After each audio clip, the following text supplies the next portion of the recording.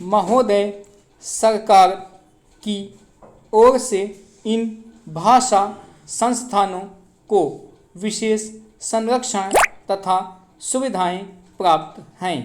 यह द्विभाषी केवल पर्यटन से जुड़े हुए हों ऐसा नहीं है।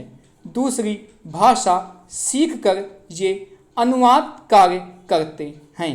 प्रकाशन संस्थानों में, जन संचार माध्यमों में तथा विज्ञान निकायों में प्रतिष्ठित अनुवाद के रूप में जाने जाते हैं। ये सृजनात्मक ललित साहित्य का अनुवाद करते हैं। विदेशी समाचारों का अपनी भाषा में तथा बल्गारिया के समाचारों का विदेशी भाषाओं में अनुवाद करते हैं। ये अनुवादक अपनी अपनी भाषा के विशेषज्ञ माने जाते हैं।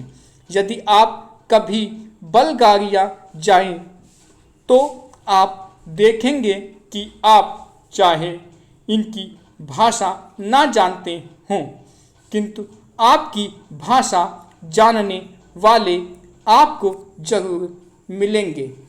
अभी कुछ महीने पहले की ही तो बात है जब भारत के राष्ट्रपति डॉक्टर शंकर दयाल शर्मा बल्गारिया गए।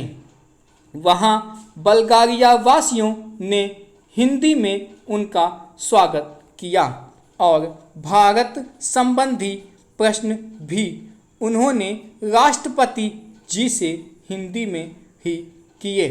भारतीय प्रतिनिधिमंडल के लिए यह सुखद आश्चर्य था। वस्तुतः अनुवाद या भाषांतरण उनके लिए व्यावसायिक अनिवार्यता है। यूरोप के अन्य देशों में भी यही स्थिति है। यहाँ विश्व में प्रकाशित किसी भी भाषा का महत्वपूर्ण शोध निबंध या कोई विदेशी चर्चित साहित्यिक कृति उस देश की भाषा में तत्काल अनुदित हो जाती है।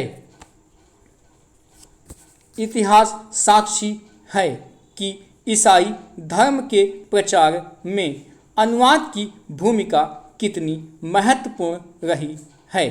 ईसाई धर्म के विश्वव्यापी प्रचार के लिए बाइबिल के अनुवाद की व्यापक योजना बनाई गई है। अनुवाद ने ही बाइबिल को भारत के गांव-गांव यहाँ तक कि आदिवासी क्षेत्रों तक पहुँचा दिया। बाइबिल के बाद सबसे अधिक भाषाओं में और एक ही भाषा में कई बार भगवत गीता का अनुवाद हुआ। भारतीय दर्शन और प्रतिभा को समझने की लालसा ने विदेशियों को प्रेरित किया कि वे गीता का अनुवाद अपनी भाषा में करें। आज विश्व की सभी प्रमुख भाषाओं में गीता का अनुवाद आपको मिलेगा। अवधी भाषा में लिखित रामचरितमानस भी देश और विदेश की अनेक भाषाओं में अनुदित होकर विश्व साहित्य का अनुपम ग्रंथ बन गया है।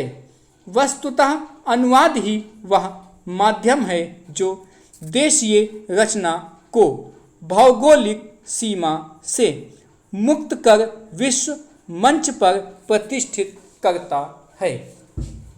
गीतांजलि की ख्याति का एक प्रमुख कारण उसका विदेशी भाषाओं में अनुदित होना भी है। अनुवाद दो भाषाओं के मध्य सेतु का काम करता है और दो संस्कृतियों को निकट लाता है। अनुवाद की नींव है दो भाषाओं का ज्ञान और उन भाषाओं पर व्याकरण और शैली की दृष्टि से ऐसा पूर्ण अधिकार कि अनुवादक एक भाषा, भाव व विचार राशि को दूसरी भाषा में पूर्णतः इस प्रकार रूपांतरित करे कि पाठक मूल रचना की संवेदना से भी परिचित हो सके तथा अनुवाद पढ़कर उसे मूल का सा आनंद भी मिल सके। यही लक्ष्य अनुवादक के लिए समस्या उत्पन्न करता है और इसी में उसके कौशल की पहचान भी होती है। स्रोत भाषा का ज्ञान अनुवादक के लिए इसीलिए अपरिहार्य माना जाता है।